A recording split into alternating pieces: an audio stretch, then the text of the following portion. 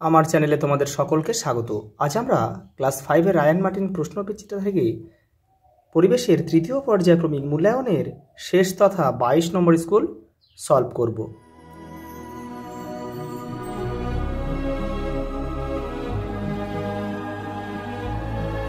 প্রথম প্রশ্ন, কোন গাছের ছাল থেকে মশলা পাওয়া যায়? দারুচিনি। মানে আমরা যেটা গরম মশলা যে মিষ্টি কাঠ সেটাকেই বল। কত বছর পর্যন্ত শিক্ষালাভ করা শিশুর অধিকার? 14 বছর। কি দেখে সোনার জিনিস কিনতে হয়? হলমার্ক চিহ্ন দেখে। হিমালয়ের পাদদেশের নিচু জমিকে কি বলে? তরাই ও ডুয়ার্স। ট্রাম কোন শক্তির সাহায্যে চলে? বিদ্যুৎ শক্তি। সূর্যগ্রহণের সময় কোন রশ্মি চোখের পক্ষে ক্ষতিকর? অতি বেগুনি রশ্মি। দেখো পরেরটা, কোথাকার মোরব্বা বিখ্যাত? সিউড়ি, বীরভূম জেলার সিউড়িতে। সাধারণতন্ত্র মানে কি? যেখানে দেশের সর্বোচ্চ ক্ষমতা জনগণের হাতে থাকে। পরেরটা দেখো, কোন তিথিতে চন্দ্রগ্রহণ হয়? পূর্ণিমা তিথিতে। কোন পশুর চামড়াকে বরম বলা হয়? গন্ডার। পুকুরের জল পরিষ্কার রাখার জন্য কি ব্যবহার করা হয়? এই যে আমি লিখে দিচ্ছি খণ্ডটা দেখো, পটাশিয়াম পারম্যাঙ্গানেট। দুটি অর্থকারী পোকার নাম লেখো। রেশম কীট আর মৌমাছি। দেখো এখানে শূন্যস্থান রয়েছে, দেখে নাও। এই যে দেখো, নৌকা কোন দিকে যাবে তা ঠিক করবে হাল। মেয়েদের 18 বছরের নিচে বিয়ে দেওয়া উচিত নয়। জেব্রা ক্রসিং বরাবর রাস্তা পার হও।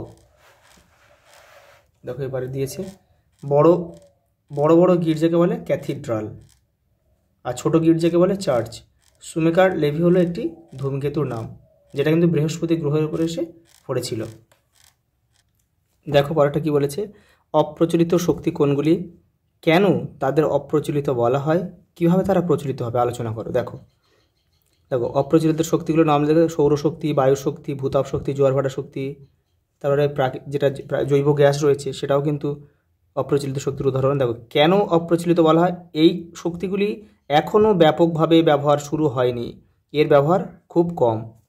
আর কিভাবে প্রচলিত করতে হবে? এর প্রযুক্তিগত উন্নয়ন, সরকারি সহায়তা আর জনসচেতনতা বৃদ্ধি করতে হবে, তারপরেই এটা প্রচলিত হবে। পরের প্রশ্ন দেখো, সঠিক উত্তরটি নিচের দাগ দাও। প্রেসার কুকারে কি ISI চিহ্ন দেখে নিতে হয়? চন্দ্রগ্রহণ হয় পূর্ণিমা তিথিতে, আর অমাবস্যা তিথিতে সূর্যগ্রহণ হয়। সমুদ্রের জলোচ্ছ্বাসকে বলে সুনামি, 2004 সালে হয়েছিল কিন্তু। পীর সাহেবের কবরস্থানকে বলে মাজার। ভারতের একজন মহিলা রাষ্ট্রপতির নাম লেখো। দেখো প্রতিভা পাটেল।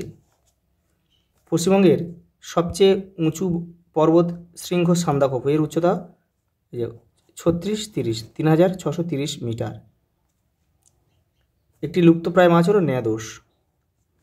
সুনিতা মাহাতো বাল্য বিবাহের বিরুদ্ধে প্রতিবাদ করার জন্য রাষ্ট্রপতি ভবনের সম্বর্ধনা পান।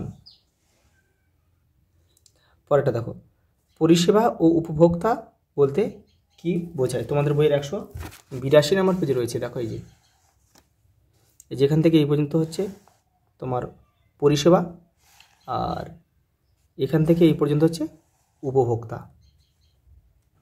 পরেরটা দেখো, ভরা কোটাল ও মরা কোটাল কাকে বলে? দেখে নাও।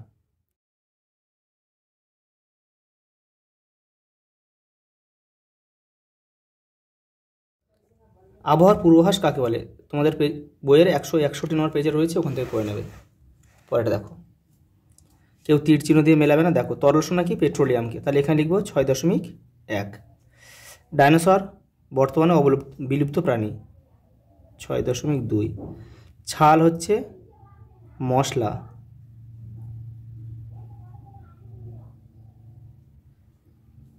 পাতা থেকে থালা তৈরি হয়, শাল পাতা থেকে। যেমন জেনারেটর ডিজেল, 6.5। ডিজেলে চলে হচ্ছে জেনারেটর। আর মোটর গাড়ি হচ্ছে বায়ু দূষণ ঘটায়, 6.6। দেখো পৃথিবী ও চাঁদের কক্ষপথের ছবিটি আঁকো এবং সংক্ষেপে আলোচনা করো। 168 নম্বর পেজে রয়েছে, ওখান থেকে তোমরা দেখে নেবে। দেখো পরের প্রশ্ন, দাঁড়িয়ে ঘুমায় কোন প্রাণী? ঘোড়া। বৃহত্তম স্তন্যপায়ী প্রাণী কি? নীলতিমি। বিড়াল গোষ্ঠীর বৃহত্তম প্রাণী কি? বাঘ। কোন পাখি ডানা নেই? ইমু পাখি। কোন পাখি উঠতে পারে না? উট পাখি, ইমু পাখি উঠতে পারে না। দেখো পরেরটা দেখো, একটি পূর্ণবয়স্ক প্রাণীর ওজন কত? এখানে প্রাণী বলতে অনেক প্রাণী বোঝায়, আমি মানুষ করে দিয়েছি। 60 থেকে 80 কেজি। কোন মাছের লেজ দিয়ে চাবুক তৈরি হয়? শঙ্কর। দীর্ঘতম ঘাস কি? বাঁশ। বাঁশ প্রজাতি বা ঘাস প্রজাতির সবচেয়ে বড় ঘাস হচ্ছে বাঁশ। কোন গাছ পোকামাকড় খায়? কলসপত্রী। কোথায় শ্বেতহস্তি পাওয়া যায়? থাইল্যান্ড। দেখো তোমাদের সব পরিবেশের ওয়েবসাইটগুলো কিন্তু কমপ্লিট করা হয়ে গেল। তোমরা প্লেলিস্টে গিয়ে সব ভিডিওগুলো দেখে নেবে। আজ এই পর্যন্ত, দেখা হবে পরের ভিডিওতে।